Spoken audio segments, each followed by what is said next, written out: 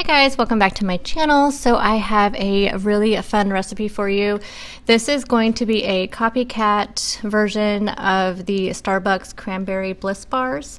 So those are really good, but they are 17 smart points. So my version is 6 smart points, and it's also a larger bar than the one you get at Starbucks. So you actually could make these a little less smart points if you made more bars, but what I'm going to show you is I'm using it to make 12 bars. So here are the ingredients you're going to need.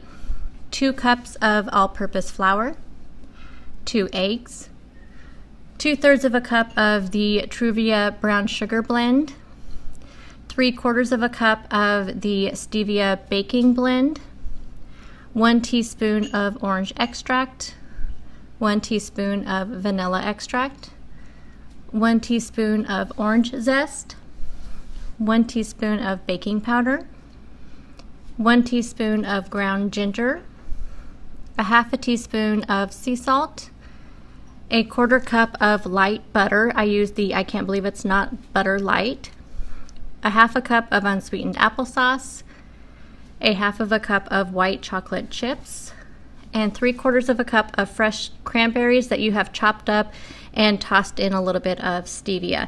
Now you can use any kind of sweeteners that you want to use. These are just what I have on hand, so that's why I used those. And then for the frosting, you're going to need 8 ounces of fat-free cream cheese, 1/2 cup of the stevia, a 1/2 teaspoon of orange extract, a 1/2 teaspoon of orange zest, a 1/2 teaspoon of vanilla extract, and a 1/2 cup of fresh cranberries that have been chopped and tossed in stevia. Okay, so in a mixer, you're going to blend together the stevia, the brown sugar, the applesauce, and the melted butter. So just mix that all up until it's nice and blended. And then to that, you're going to add in your eggs, your orange zest, your orange extract, and your vanilla extract. And then just blend that together some more. And then you're just going to add in the rest of your ingredients with the exception of the cranberries and white chips. We're going to fold those in later on. So once you have your batter all mixed up, go ahead and fold in your white chocolate chips. And then what I did with the cranberries is I just chopped them up really finely and then tossed them in some stevia just to kind of sweeten them up a little bit. So go ahead and do that and then fold those into your batter as well. And now you're going to want to take a 13x9 pan. So I just did a 13x9 cookie sheet and I'm putting some parchment paper on top. I'm going to spray that parchment paper with some cooking spray and then I'm going to spread the batter out. It just takes a little bit of work to get it all the way to the edges, so just spread that out until it's all nice and even. And then you are going to bake this in a 350-degree oven for about 15 minutes. Go ahead and check it after 15 minutes and see if it's done. Mine took like 18 minutes total, but I would check it after about 15 minutes, just depending on your oven. So once that is out and all nice and cooked up, then you want to go ahead and let it cool completely before you do anything else. So while mine was cooling, I went ahead and put together the frosting.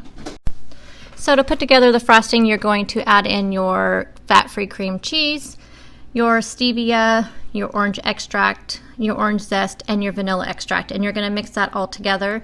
And then I just put mine in the refrigerator to let it chill while I was letting everything else cool down.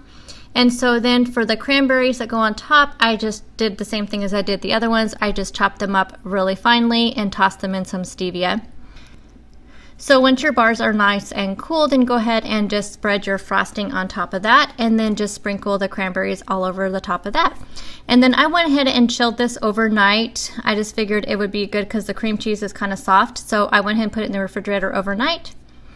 And here is what it looks like when it is all done. So the way I'm going to cut mine up is I'm going to cut it into 6 big squares and then cut each of those squares into triangles because that is how they are served at Starbucks, is in triangles, and I wanted to look as authentic as possible so we could kind of do a comparison.